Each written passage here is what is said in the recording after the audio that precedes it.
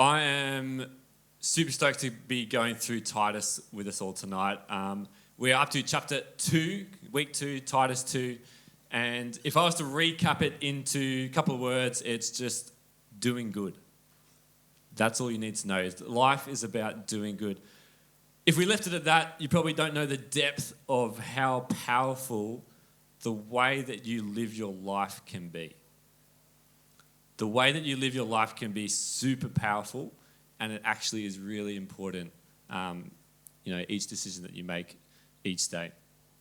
So we're going to kind of explore it a little bit, and during your small group time, I'm going to encourage all of you to kind of go even further in depth as you discuss kind of the verses that I don't speak on.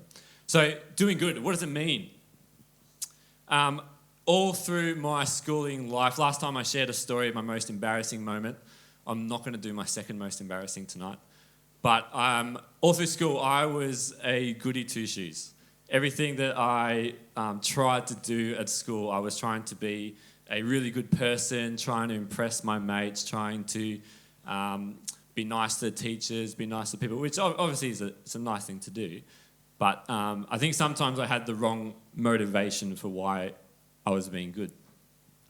I had a mate who almost, I wouldn't say he was on the opposite side of the spectrum, but he was always mucking up. He was always the one being naughty, mucking around, getting in trouble, getting suspended, all that kind of thing. And between the two of us, I hope that we kind of made a good balance as a duo friendship.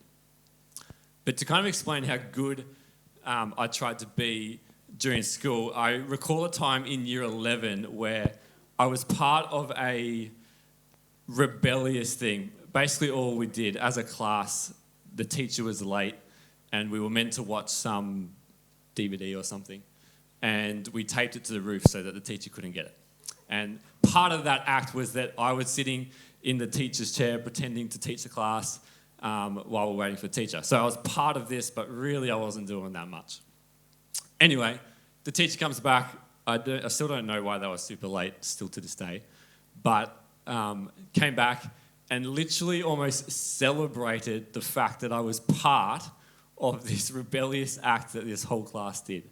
Like literally celebrated and said, "I am proud of you for rebelling." I'm like, man, if that... I felt really bad at the time. I was like, man, I feel like I have been rebellious. Like, what's going on here? That's the kind of the way I was living my life. I was trying to be a really, really good person.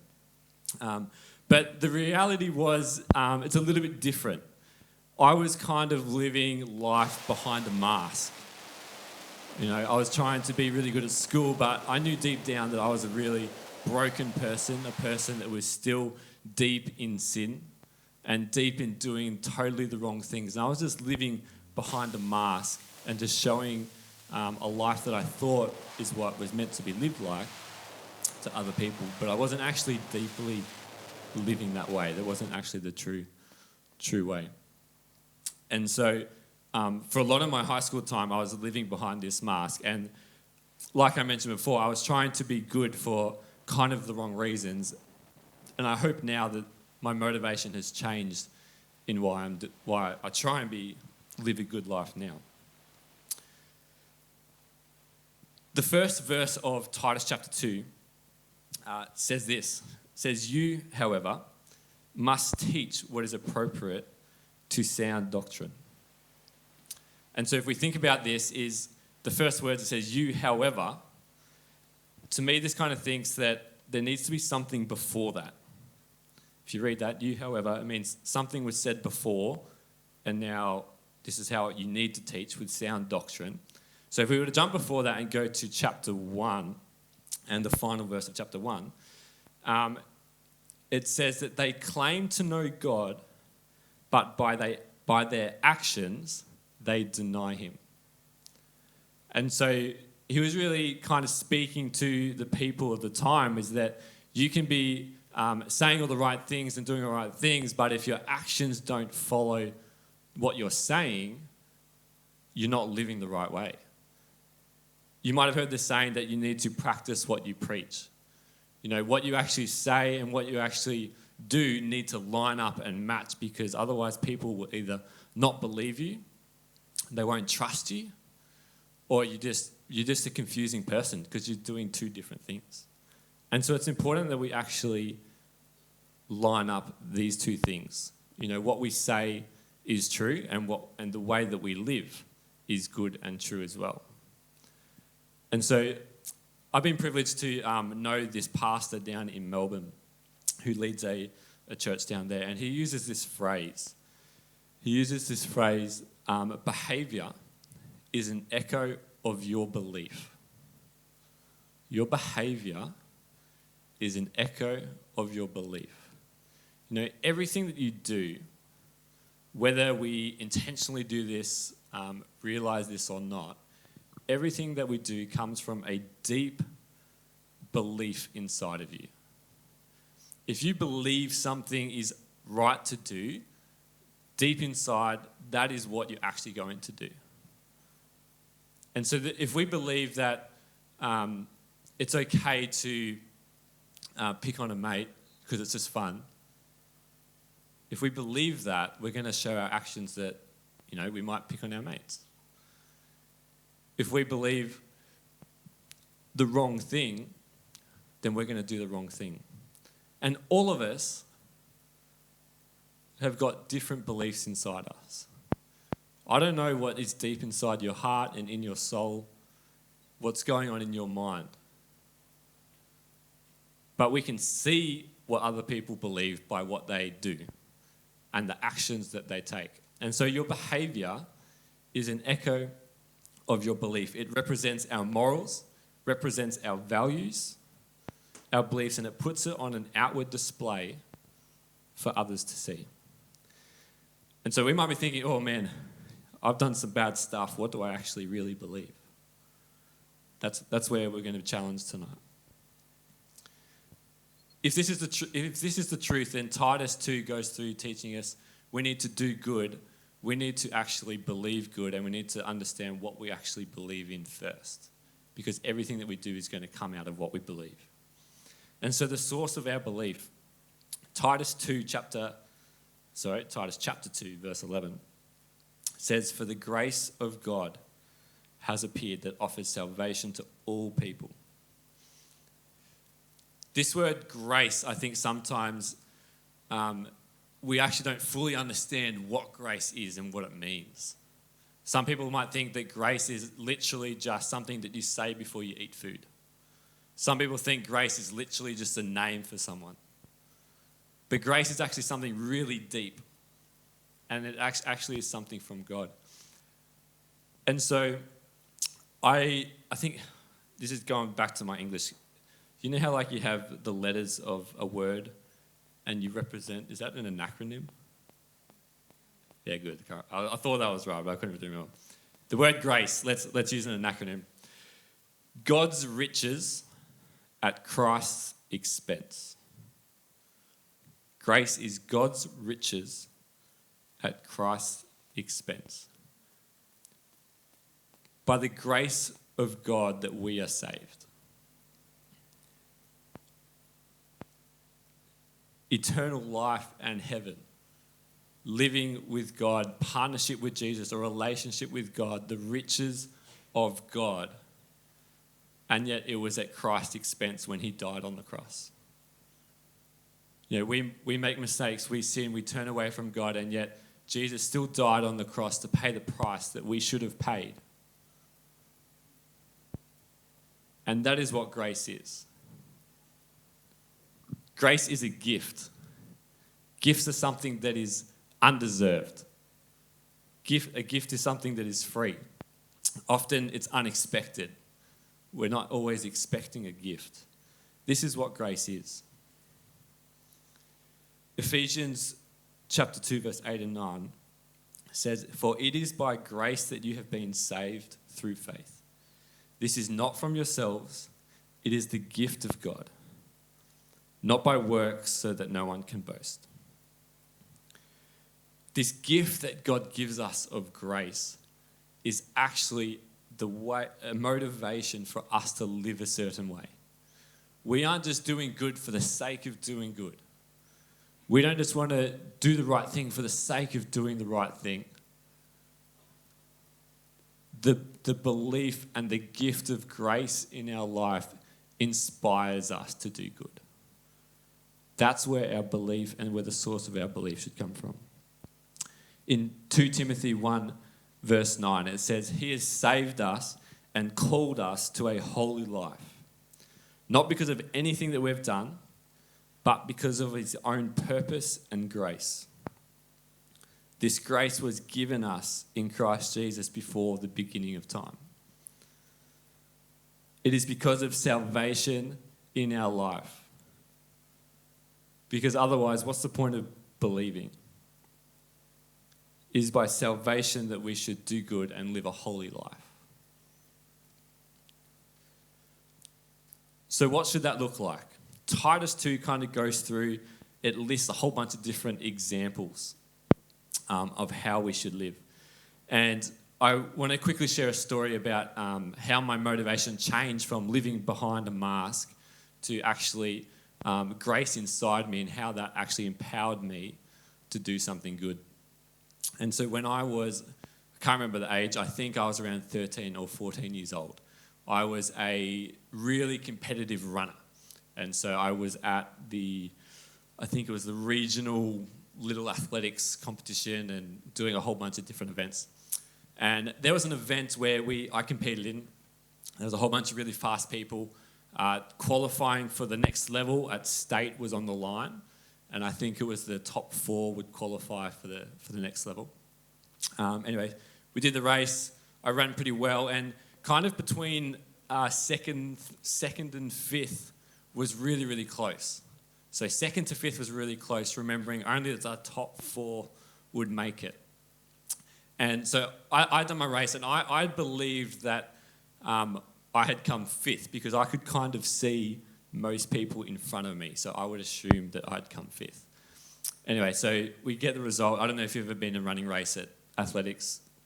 It's like stay in your lane, or they put you in order of what you came. And they kind of shuffled me into third position. And I'm like, no, like, no, what are you doing? Like, I was fifth. These guys beat me. Anyway, no, you came third. You go third. So we had to go up and take like some popsicle and be like, I'm third. And they write down your time and your name. And I'm like, no, I'm pretty sure these guys came fourth and fifth. And they're like, no, the judges, they know what they're doing. Like, they saw you come across third. And so, and third, at these kind of carnivals, you're actually receiving a medal. And not only do you receive a medal, you just got to stand up on podium, take photos and all that stuff. If you've been around sport long enough, you might understand the concept of protesting results. Like if you think if you got disqualified unfairly, or you feel like something was wrong, something happened in the event, you can protest the result or something like that. And often a protest comes with a payment. There's a deposit of like $50 to $100. And if you win the protest, you get the money back. If you lose the protest, you donate your money. And so I so strongly believe that I had come fifth in this race, not qualified for state, that I actually lodged a protest against myself. I don't think you've ever heard of that, but I actually lodged a protest against myself. And I remember going in and they're asking, like, what happened, da, da, da. It's like, yeah, I didn't come third, I came fifth. That guy came third. And they're like, why would you contest that? Like, you're going to state, you've got a medal. Like, why would you do that? Anyway, so I did it. I lodged the protest. Often it takes like an hour for the result to come back. And I had lodged the protest, and in the meantime, they've done the medal ceremony. And so I've had to get up there. They're like, yep, you're in third place, here's your medal. I'm like standing there going, man, I really don't feel like I deserve this medal at all. I feel like it's homage. I actually recall the guy who I believe came third, standing there watching. And he was kind of, feeling a bit upset because he probably felt like he came third as well. And they got this all wrong. Anyway, that all happened, the medals happened. Unfortunately, for some reason, the protest failed. So it meant that I actually technically kept my third result, but I decided to give my medal to that young boy and be like, I believe that you deserve this. You came third, not myself. And I didn't end up going to the next level, and that was all okay. And so, but I didn't do that because I wanted to be a good person. I did that because I know that because of the grace that God had given me, and that had motivated me to be a good person and to live a certain way and to live right. And so that was a story where my motivation in life had changed from just trying to be good to actually showing grace to other people as well. Titus 2 goes through and lists a whole bunch of different characteristics. It talks to a few different people groups. It talks to like older men, older women, younger women, and younger men as well. And it lists a whole bunch of different characteristics. For the old men, it says you need to live a temperate, a respectful, a self-controlled. You need to be sound in faith, in love and endurance. To older women, it says to live a reverend life, to teach what is good, to not be slanderous. To younger women, it says to love their husbands, to be self-controlled, pure and kind. And to young men, it says self-controlled. In all of those things, I found it really interesting that self-control was actually one of the main things. That a massive part of our life is actually being able to control the way that we behave really well. And that comes from the belief that we have. It comes from the belief. The reason why it's wanted for us to live this way is so that we can represent God well, that we can represent the good news well, that we can represent grace and show grace and love really well. It ends by kind of saying, so that people can have nothing bad to say about us. In Titus 2, 7 verse 8, it says, in everything, set them an example by doing what is good. In your teaching, show integrity, seriousness, and a soundness of speech that cannot be condemned, so that those who oppose you may be ashamed because they have nothing bad to say about us. Imagine living in a way that, no matter what other people think, they cannot fault you because of the way that you receive the love of God, but then the way that you show the love of God to people. Imagine what the world would look like. Imagine what your school would look like if you lived that way. And it only happens when we have grace inside us. This verse talks about as well setting an example. It's so important that one generation mentors the next generation. That we are always looking, for us younger people, we're always looking up to people to see who is the one that is setting the example that I want to live by. I'm sure that we've all got role models in our lives or people that we look up to. And I wonder how many of those people are living the way that Titus 2 actually describes for us to live. I wonder how many of those people are actually living a life that shows grace and love to other people. And so mentoring is really important. And you may have heard us kind of talking about like official kind of mentoring or formal, where you find someone and you regularly catch up with someone. That is a super, super helpful thing to do, and I still would encourage you to do that. Your small group leaders, people in the church that are older than you and have kind of done more life than you, you can intentionally choose to learn and sit under these people. But I want to encourage you, there's also another way. You can also look to people informally. Like, things don't have to be set up and lined up and in a system or totally controlled for you to look to people and be like, that's the example that I want to see and live my life that way. It's not just something you have to be mentored. There's so many people in my life that I see that the way they live and I go, man, I just want a little bit of that. The way that they live, I just want a little bit of that. And it's not an official thing that I've set up. I might ask them questions. I might listen to what they say. I might intentionally position myself to be able to receive from them. But it doesn't always have to be super formal. Doesn't always have to be like a one-on-one chat. It can be as relaxed, because that's what life needs to be. It needs to be relaxed. It doesn't need to be superficial all the time. And so I encourage you to kind of look at who are you learning from, even informally.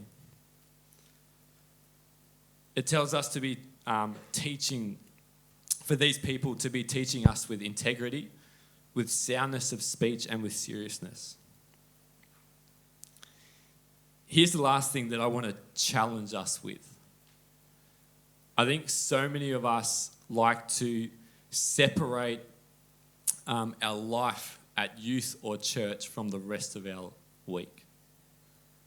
Or maybe we separate just parts of our life and go, we kind of put them into compartments or into bits and pieces and go, I want to give you this, God, but I actually want to keep this to myself because I really enjoy doing this little thing or mucking around over here or doing this certain way. I don't want to give that to you, God, because I know that's not of you, and I just want to keep it over here. We separate things in our life and think we can hide it from God. What good of it is it for us to come in here and to praise and worship and then to walk out there and pick on our mates? What good of it is it for us to live a life behind a mask where we know deep inside that we're doing the wrong thing, we're putting ourselves in the wrong situation, but yet we come up to youth, come to school and go, I'm doing good. I'm a good person. It's not to say that, we're people. We're broken people that need God. We're not perfect. But the grace of God, the gift of grace in our life motivates us to be more like Christ. What good of it is it for us to go, I just want to give you a little bit of my life. I wonder how many of us might feel that maybe I haven't given my whole life to God. Maybe I've been holding something back. Grace is a gift to us. You can be saved by grace. All we need to do, just like any gift, is we have to choose to accept it. We can either choose to deny or to accept it. So I encourage you to accept that grace from God. To fully accept it, to fully let it fully into our lives and not just put it a little bit to the side. I want to live this way, but God, you can have a little bit of that. To actually be like, no, God, I need all of you. I need all of you in my life. And when you do that, you'll be motivated to do good. And that goodness won't just be for the sake of goodness, but it's for the sake of the gospel and representing God well. So that when people look at you, they know that God is in you. They know the love of God just by the way that you act. All it takes for us is to accept that gift of grace. In Titus 2 verse 12 it says, it teaches us, this is saying grace teaches us to say no to ungodliness and worldly passions. Teaches us to live a self-controlled, upright, and godly lives in this present age. That's what grace teaches us. I encourage you to not put God like in a little box in your life. Or if there's a little box in your life that you haven't actually given over to God, I encourage you to think about, giving everything that you've got to God and accepting the fullness of the grace. Look out for the examples in your life. Look out for those people that you can look up to. The ones that are setting the good example, whether you choose to be really intentional and set up something formally, set up something with a youth leader, set up something with someone where you intentionally get discipleship. That is so, so good. But also look out for the ways where you can just absorb. absorb the way that people live, absorb the love of God in other people's life, and I want to be a little bit like that. Man, your life is going to be totally transformed if you live a life from grace. The way you live, what you believe, if you deeply believe that the grace of God in your life is everything to you, you're going to live a totally different life, and it's going to be good.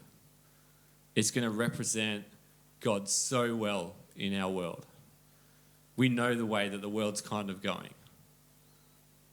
Imagine what it's going to look like if we accept that into our life.